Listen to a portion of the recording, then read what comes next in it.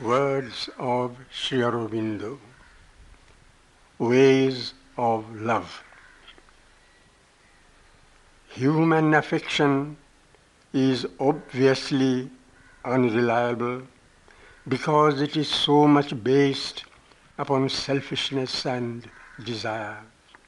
It is a flame of the ego, sometimes turbid and misty, sometimes more clear and brightly colored, sometimes tamasic, based on instinct and habit, sometimes rajasic and fed by passion or the cry for vital interchange, sometimes more sattwic and trying to be or look to itself disinterested. But fundamentally it depends on a personal need or a return of some kind, inward or outward, and when the need is not satisfied or the return ceases or is not given, it most often diminishes or dies or exists only as a tepid or troubled remnant of habit from the past, or else turns for satisfaction elsewhere. The more intense it is, the more it is apt to be troubled by tumults, clashes, quarrels, egoistic disturbances of all kinds, selfishness, exactions, lapses even to rage and hatred, ruptures. It is not that these affections cannot last. Tamasic, instinctive affections last because of habit in spite of everything dividing the persons, namely certain family affections.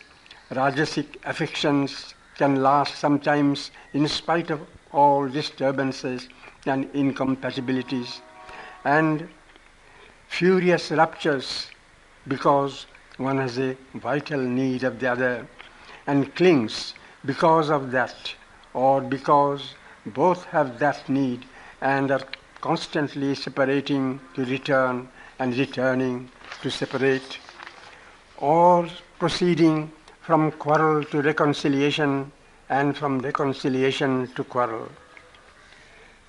Sattwic affections last very often from duty to the ideal, or with some other support, though they may lose their keenness or intensity or brightness.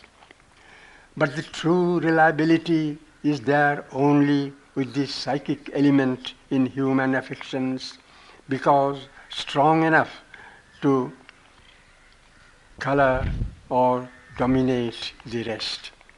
For that reason, friendship is, or rather can, oftenest be the most durable of the human affections, because there is less interference of the vital, and even though a flame of the ego, it can be a quiet and pure fire, giving always its warmth and light. Nevertheless, reliable friendship is almost always with a very few. To have a horde of loving, unselfishly faithful friends is a phenomenon so rare that it can be safely taken as an illusion. In any case, human affection, whatever its value, has its place, because through it the psychic being gets the spiritual experiences it needs until it is ready to prefer the true to the apparent, the perfect to the imperfect, the divine to the human. As the consciousness has to rise to the higher level, so the activities of the heart also have to rise to the higher level and change their basis and character. Yoga is the founding of all life and consciousness in the divine. So also love and affection must be rooted in the divine, and a spiritual and psychic oneness in the divine must be their foundation. To reach the divine first, leaving other things aside, or to seek the divine alone is the straight road towards that change.